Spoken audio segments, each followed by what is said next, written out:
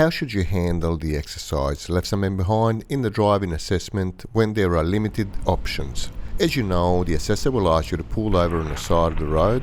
Then you're going to be instructed to drive off and at some point to come back to the same place. Be sure that you check all the signs. No parking on verge. Remember the spot where you park. It's always good to pick the spot that's easily identifiable from the distance. Make sure you use your indicators correctly and check your blind spot before you drive off. If you're coming up to an intersection and the assessor asks you to turn around and come back, be sure that you don't use a driveway that's too close to that particular intersection. It's best to make a U-turn and turn around and go back to the house. When you're doing that, make sure that you don't miss signs. This was a stop sign in this particular situation, so you'd have to stop completely before proceeding with U-turn. It's also important to take a bit wider angle before proceeding with your U-turn and make sure that you don't understeer, and that way your flow will not be affected. You have to overshoot the place where you initially started.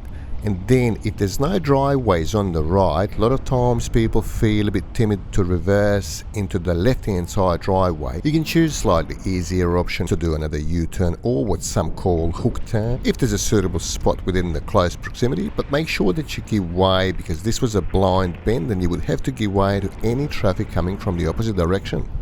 At the end of the exercise, simply indicate left, slow down and pull over at the same spot where you parked the first time. Once you've stopped the vehicle, switch the indicator off and wait for the next instruction. This time I'm going to demonstrate the intersection U-turn plus reverse driveway 3-point turn. It's extremely important to intercept whether the intersection where you intend to do the U-turn is give way intersection or it's got a stop sign. If there's a stop sign like here, you have to completely stop, which is one of the most common mistakes that learners do during the driving assessment. Try using the countdown guide, 1000, 2000, on the third count you can proceed. If there's traffic that you must give way to, you would obviously have to wait longer. The most common loss of points while performing a U-turn would be path and flow. Once you've completed a U-turn, you can start planning your next move, reverse driveway 3-point turn.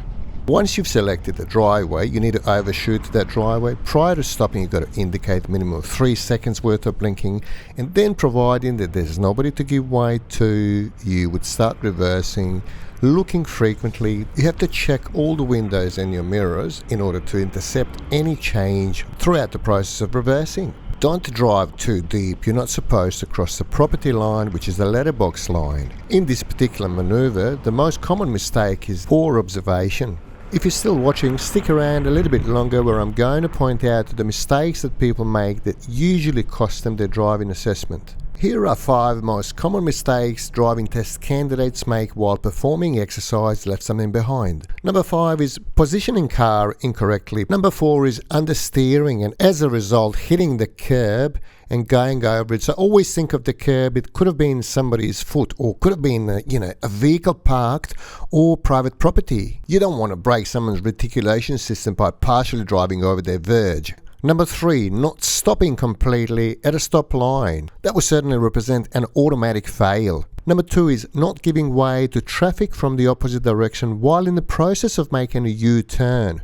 If you opt for an easier option such as U-turn, you've got to make sure that you understand that you must give way before proceeding. And number 1 most common mistake is going too deep into the driveway while reversing in the driveway. So you should not pass the letterbox line, which is called the property line. Please feel free to ask any questions in the comments below. Please subscribe and share this content. Any suggestions for future videos are more than welcome. Thank you for watching and I'll see you in the next video.